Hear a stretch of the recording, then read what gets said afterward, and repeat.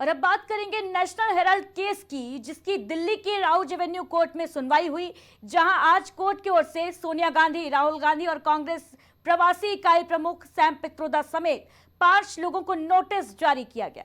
बताते चलें कि ईडी ने मनी लॉन्ड्रिंग से जुड़े केस में चार्जशीट दाखिल की थी। ये नोटिस इसलिए जारी किया गया ताकि ये तय किया जा सके कि कोर्ट को चार्जशीट स्वीकार करना चाहिए या नहीं। अब नोटिस के जवाब के साथ ही राहुल, सोनिया समेत अन्य लोगों के वकीलों की दलीलें सुनने के बाद राउज एवेन्यू कोर्ट समन जारी करने पर फैसला लेगा। राउज एवेन्यू कोर्ट ने कहा कि चार्जशीट पर संज्ञान लेने से पहले आरोपियों का पक्ष सुनने का अधिकार छीना नहीं जा सकता। यह अधिकार भारतीय नागरिक सुरक्षा संहिता की धारा 223 के तहत दिया गया है। वहीं कोर्ट ने कहा कि अभी केस की तथ्यों के मेरिट्स पर बहस नहीं होगी। ईडी ने कहा कि अगर मामले में आरोपियों और सह आरोपियों को सुनने के लिए नोटिस जारी किया जाता है तो उसे कोई आपत्ति नहीं है और एजेंसी चाहती है कि मामले की सुनवाई निष्पक्ष हो। ईडी ने साथ ही कहा कि कोयला घोटाले में आरोपियों को सुने बिना समन जारी करने पर सुप्रीम कोर्ट ने निचली अदालत की कार्यवाही पर रोक लगा दी थी। अब केस की सुनवाई 8 मई को की जाएगी, जिसमें कोर्ट ये तय करेगी कि आरोपियों के खिलाफ मुकदमा शुरू किया जाना चाहिए या नहीं।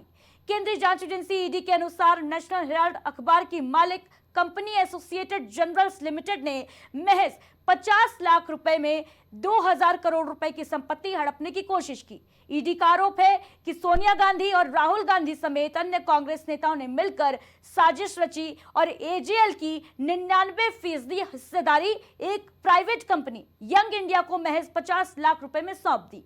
ये कंपनी दरअसल सोनिया राहुल के नियंत्रण में है और यही वजह है कि पूरे मामले में सोनिया गांधी और राहुल गांधी को लगातार नोटिस पर नोटिस मिल रहे हैं। फिलहाल देखने वाली बात होगी कि मामले पर कोर्ट का अंतिम फैसला क्या आता है।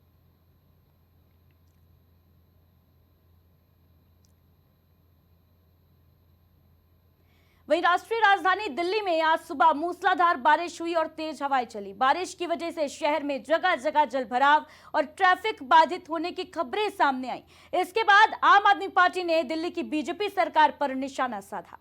दिल्ली विधानसभा में विपक्ष की नेता आतिशी और आप की दिल्ली यूनिट के प्रमुख सौरभ भारद्वाज ने सोशल मीडिया पर जलभराव वाली सड़कों की तस्वीरें और वीडियो शेयर किए। आतिशी ने धौला कुआं और आईटीओ में जलभराव का वीडियो शेयर करते हुए लिखा कि क्या दिल्ली के लोगों को 4 इंजन वाली बीजेपी सरकार से यही उम्मीद थी। बताते चले कि 4 इंजन वाली बीजेपी सरकार का मतलब केंद्र, दिल्ली नगर निगम और स्थानीय सांसद की सरकारों से है। आतिशी ने कहा कि आईटीओ स्थित पीडब्ल्यूडी कार्यालय के बाहर जलभराव सरकार की विफलता का प्रतीक है। पहले बीजेपी बिजली, पानी, सीवर में फेल रही, अब बीजेपी जलभराव रोकने में फेल साबित हो रही। वहीं आम आदमी पार्टी की नेता सौरभ भारद्वाज ने कहा कि दिल्ली में बीजेपी के 4 इंजन की सरकार की पोल खुल गई है।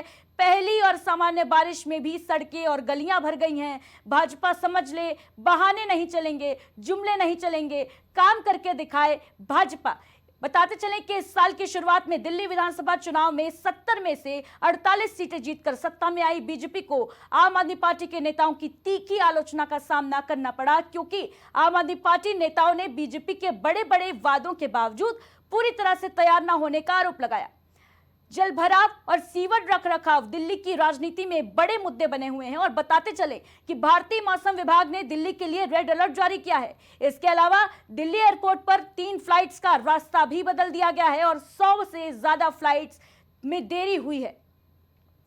वहीं पहली बारिश में दिल्ली में जो तस्वीरें सामने आई, उसके बाद से राजनीतिक वॉर शुरू हो गया। जलभराव की स्थिति देखने को मिली, जहां सड़क पर जो जल है वो पूरी तरीके से जलमग्न हो गई सड़क और इसने दावों की पोल खोल दी।